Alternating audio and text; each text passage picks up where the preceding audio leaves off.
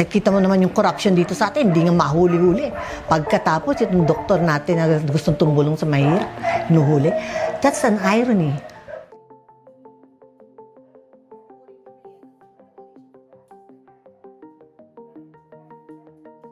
Palayain si Mark!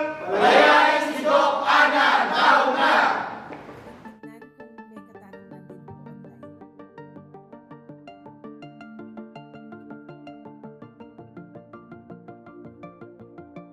In-identify ni Ana yung sarili niya, so aware naman siya doon sa mga nangyayari. Sinasabi niya, doktor ako, ito mga pasyente ko. Pero unfortunately for Mark, siya yung pinusasan, pinadapa, tapos siya yung sinuntok, no? Yung mukha niya kaliwat kanan, tapos nilagay pa ng plastic or cellophane yung ulo niya, no? Nirap around. So unknowingly, si Mark kasi may ano siya, heart na pacemaker, no?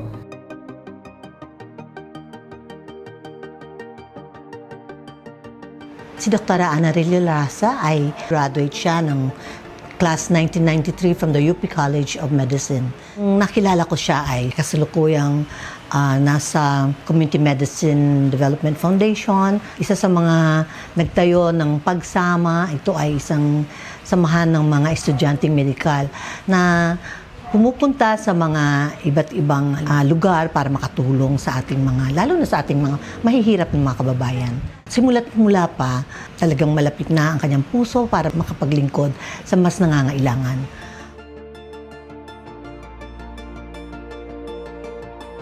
Ramdam na ramdam ko kung gaano kabait, kasipag si Mark. Lalong-lalo na pag pumupunta kami sa area ng Baguio, no? Hindi, walang sawang pumupunta sa mga different hospitals, community para mag-organize talaga at buuin yung HW Cordillera chapter.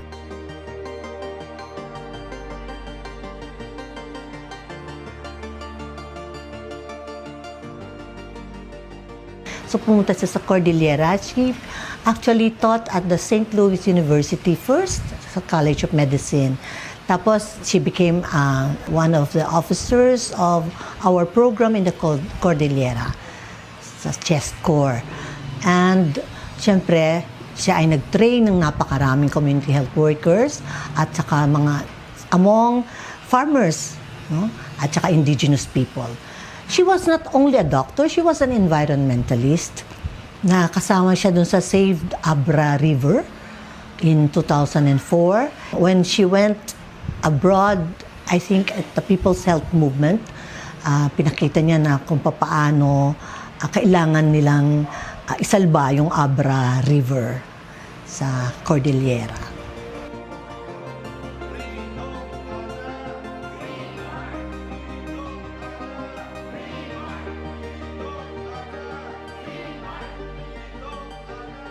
Alam natin yung pangangailangan na hindi nararating, hindi pa rin naman nakakapagsilbi ng para sa lahat, lalo na sa mga mas malalayo remote areas at saka sa mga indigenous Filipinos. Hindi natin pinipili kung sino ang ating pasyente doon. Basta yung mga nangangailangan at na matulungan as far as their health is concerned, yun ang mga ginagamot natin bilang mga community-based doctors.